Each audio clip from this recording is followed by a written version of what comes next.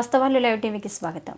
దేవరకద్ర నియోజకవర్గం దేవరకద్ర మండలం చౌదర్పల్లి గ్రామంలో అంగన్వాడీ కేంద్రాల్లో ఆటపాటలతో కూడిన విద్యను అభ్యసించే చిన్నారులకు ప్రజాప్రభుత్వం రూపొందించిన యూనిఫామ్లను స్థానిక నాయకులు అధికారులతో కలిసి పంపిణీ చేసిన దేవరకద్ర ఎమ్మెల్యే జి మధుసూదన్ రెడ్డి.